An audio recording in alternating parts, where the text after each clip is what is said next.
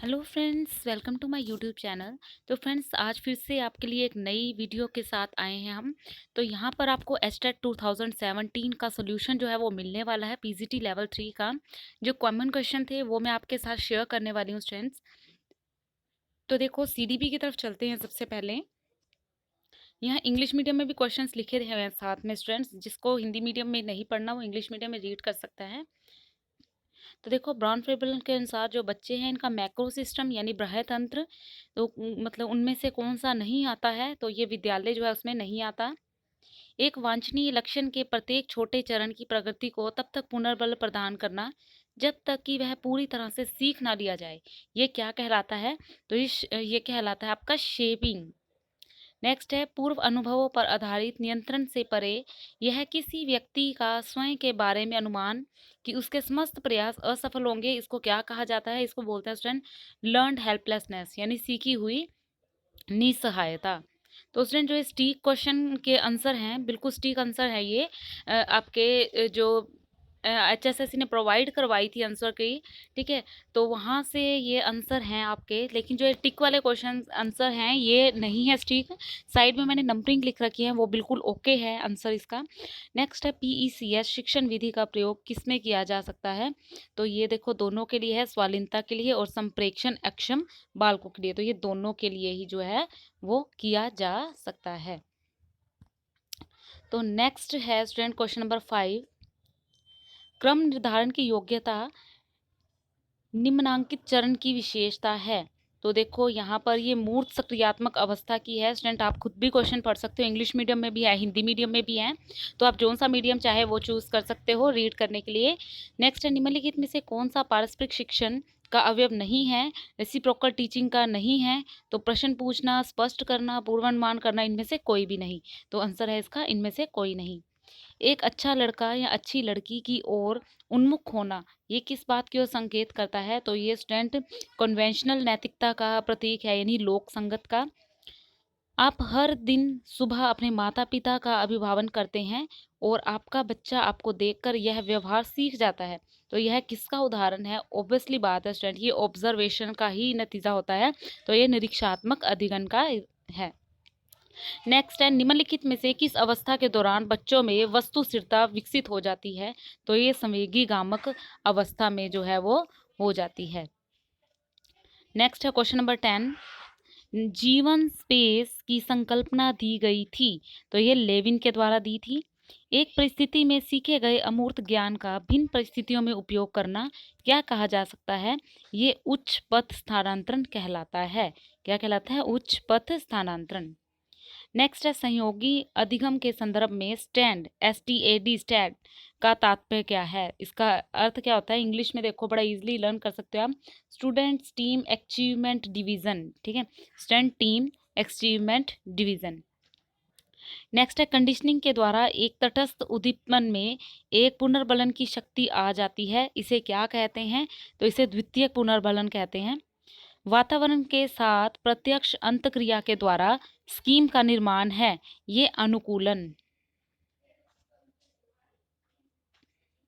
Next है question number 15। एक किशोर का यह महसूस करना कि वह सभी लोगों ने ध्यान दिया है कि मैंने यह शर्ट सप्ताह में 2 बार पहना है, किसका उदाहरण है? तो एक काल्पनिक श्रोता यानी दर्शन का, इमेजिनरी ऑडियंस के एग्जाम्पल हैं। नेक्स्ट है किसी व्यक्ति के उसके स्वयं के संज्ञानात्मक प्रक्रियाओं के संज्ञान को क्या कहा जाता है? तो इसको मेटा संज्ञान कहते हैं। आपने अपनी कक्षा में विद्यार्थियों की प्रगति के आकलन के लिए साप्ताहिक क्विज आरंभ किया है।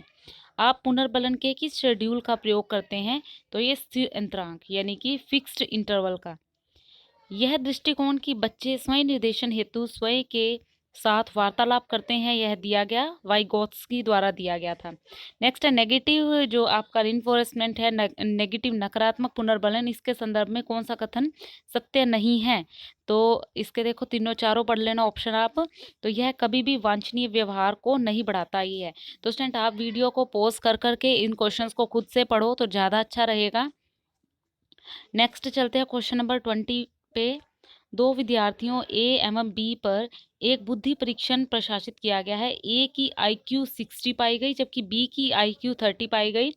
ए और या बी के संदर्भ में निम्नलिखित में से कौन सा कथन सही नहीं है? स्टूडेंट इसको अच्छे से रीड करो वीडियो को पॉज करके, और इसका आंसर जो है, आंसर है इसका थर्ड ऑप्शन ए में गंभीर बौद्धिक अक्षमता है। स्टूडेंट IQ से रिलेटेड एक क्वेश्चन पक्का आता है आपका टैट में। नेक्स्ट है पठन अक्षमता के लिए प्रयोग किया जाने वाला शब्द क्या है? तो देखो ये भी जो है एक क्वेश्चन पक्का आता है यहाँ से, पढ़ने संबंधी, लिखने संबंधी, कैलकुलेशन करने संबंधी समस्या। तो इसका आंसर है डिसलेक्सिया। पियाजे के अनुसार सहयोग की नैतिकता का विकास हो जाता है 9 से 10 वर्ष से आगे की आयु तक। कथन पहले आप वह कीजिए जो मैं आपसे चाहता हूँ, फिर आप वह कर सकते हैं जो आप चाहते हैं। सटीक व्याख्या किसकी करता है? ये प्रीमैक्स सिद्धांत की करता है। नेक्स्ट है लैंगिक स्थायित्व के विकास का प्रथम चरण कौन सा है? तो लैंगिक संसूचक इसका है। नेक्स्ट है बुद्धि का द्विकारक सिद्धांत किसने दिया? ये स्पीयरमैन ने दिया था।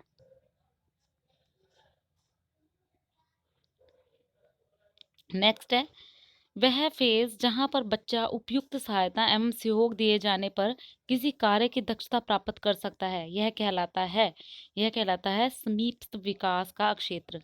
नेक्स्ट है अधिगम अक्षमता शब्द का सर्वप्रथम प्रयोग करने वाला व्यक्ति था सैमुअल किर्क। नेक्स्ट है एक पीड़ादायक उद्दीपन का प्रयोग है सजा और दंड। नेक्स्ट है एक विद्यार्थी कक्षा में प्रथम आने पर कड़ी मेहनत करता है आने के लिए, उसकी मेहनत के पीछे जो अभिप्रेरणा है वो क्या है? बाह्य अभिप्रेरणा। वे नियम जो बताते हैं कि किसी संस्कृति विशेष के प्रभावी संप्रेषण हेतु कब और कैसे भाषा प्रयोग करना है, वो कहलाते हैं प्रॉग्मेटिक्स। तो स्टूडेंट ये हमारी CDP जो है वो फिनिश हो गई।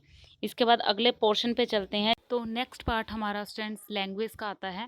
तो लैंग्वेज में हम करते हैं हिंदी और इंग्लिश लैंग्वेज है जो, इसके क्वेश्चन हैं जो आपके 15 क्वेश्चन जो है इनके पूछे जाते हैं। तो क्वेश्चन नंबर 31 है समास के संदर्भ में असंगत विकल्प को चुनिए।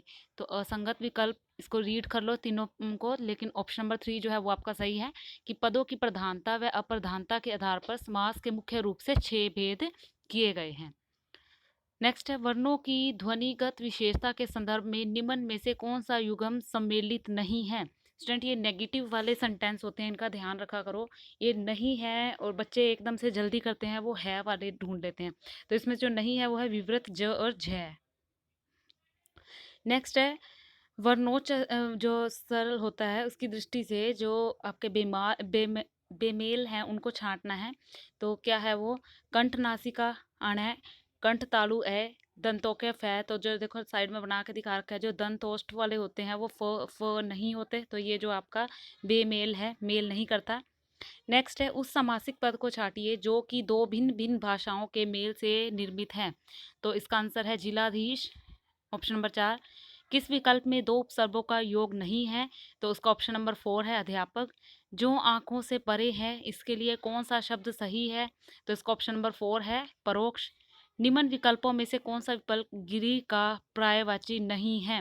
तो इसका ऑप्शन है 1 शैलजा। क्वेश्चन नंबर 38 पे चलते हैं।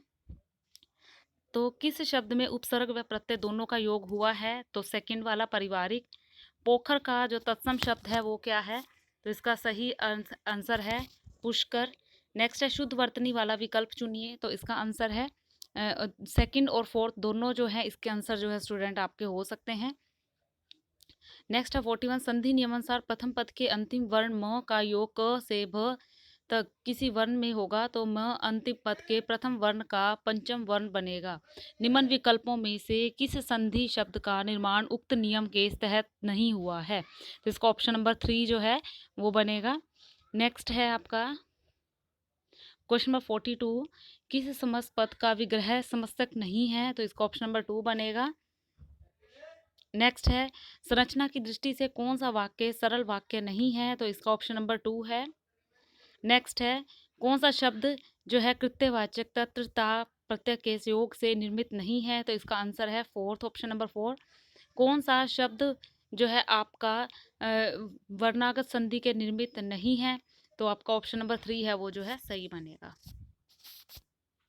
तो देखो अब हमने हिंदी के 15 क्वेश्चन कर लिए। अब लैंग्वेज टू इंग्लिश के बारी आती है, तो यहाँ से आप चूज़ कर लो। मैं इसको एक बार स्क्रीन हल्का सा पॉज करके रखती हूँ, तो आप इसका स्क्रीनशॉट ले लो और इनको क्वेश्चंस को रीड करो। साइड में जो है आपके आंसर लिखे हुए हैं। क्वेश्चन नंबर 46 का आंसर आएगा 3, 47 का आएगा ऑप्शन नंबर 4, 48 का बनेगा ऑप्शन नंबर 2, क्वेश्चन नंबर 49 का बनेगा the match was stopped when it started raining. देखो अंडरलाइन जो वर्ड है यहाँ पर, जो ये अंडरलाइन वर्ड है उसका सेंटेंस ये बनेगा adverb close of time. Next है क्वेश्चन नंबर 50, करेक्ट एंटोनियम निकालना है। ये एंटोनियम और सिनोनियम जो है काफ़ी आते हैं पेपर में, तो इसका फर्स्ट आंसर आएगा क्वेश्चन नंबर 51 का, जो आपने बताना है करेक्ट ऑप्शन। ईडियम है, ये फ्रेप्स है, to know the ropes of the trade, तो इसका फर्स्ट ऑप्शन आंसर आएगा। नेक्स्ट है 52, डिलियर्ड बाय एन आर। यहाँ पर जो डिलियर है इसमें सेंटेंस कौन सा यूज़ किया गया है, ये पास्ट पार्टिकल है, तो इसका स्क्रीनशॉट ले लो। अब स्क्रीनशॉट ले लो इसका।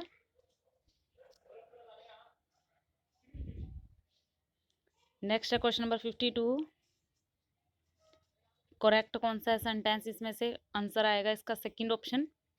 क्वेश्चन नंबर 54 का ऑप्शन नंबर 1, क्वेश्चन नंबर 55 का ऑप्शन नंबर 3, 56 का ऑप्शन नंबर 4, 57 का ऑप्शन नंबर 2, 58 का ऑप्शन नंबर 1, 59 का ऑप्शन नंबर 4, 60 का ऑप्शन नंबर 2। तो इसका यहाँ से अभी स्क्रीनशॉट ले लेना आप, यहाँ से आप इसका स्क्रीनशॉट ले सकते हो, तो स्क्रीनशॉट ले लो। नेक्स्ट पे चलते हैं। यहाँ पर आपका स्टूडेंट आ जाता है रीजनिंग का पार्ट, जो जनरल स्टडीज़ हैं। इसके अंदर आपका क्वांटिटिव एप्टीट्यूड आएगा, रीजनिंग एबिलिटी आएगी और जीके आएगी और अवेयरनेस आएगी। तो आपने ये चारों जो 10-10 नंबर के ये जो पार्ट डिवाइड किए हैं वो आएंगे आपके। तो देखिए 60 क्वेश्चन है, इन क्वेश्चंस को आप ध्यान से पढ़िए। इनका आंसर देखो, पहले वाले का आंसर जो बनेगा वो होगा option 1, 8 kilometre per hour. Second है थीटा का आपने मान निकालना है, तो इसका ऑप्शन नंबर 1 आएगा। 63 में क्वेश्चन नंबर का आंसर आएगा 1, 7.6 किलोग्राम। किसी आयकर हाल की लंबाई और चौड़ाई 4/3 गुनी है। ये स्टूडेंट ये आपका क्वांटिटिव एनालिसिस है, इसके लिए अलग से वीडियोस बना रखे हैं, वहाँ आप देख सकते हो। तो ये जो है इनका एक बार स्क्रीनशॉट लो और मैंने आंसर दे दिए हैं, आप इनको सोल्व करो और आंसर को मिलाओ इसको साथ साथ अपने। यहाँ से इसका स्क्रीनशॉट ले लो और इन क्वेश्चंस को सोल्व करके अपने आंसर मिलाओ। यहाँ पर इसका स्क्रीनशॉट ले लो, क्वेश्चन नंबर 66 से लेके 70 तक, और साइड में जो है इनके आंसर लिखे हुए हैं स्टूडेंट, वहाँ पर आप इनका मिलान कर सकते हो।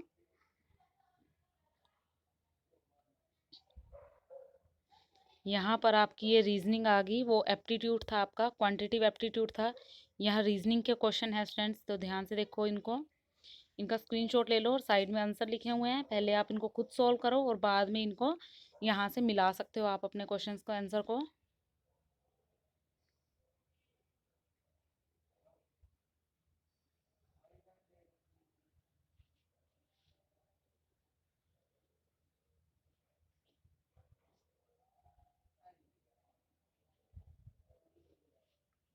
ये इसके अंदर ही आपकी जीके है, ठीक है। अब ये जीके के क्वेश्चन आ गए।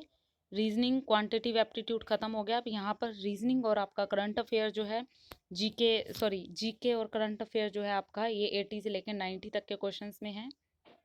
देखो मैंगो मेला कहाँ आयोजित किया जाता है, पिंजौर में।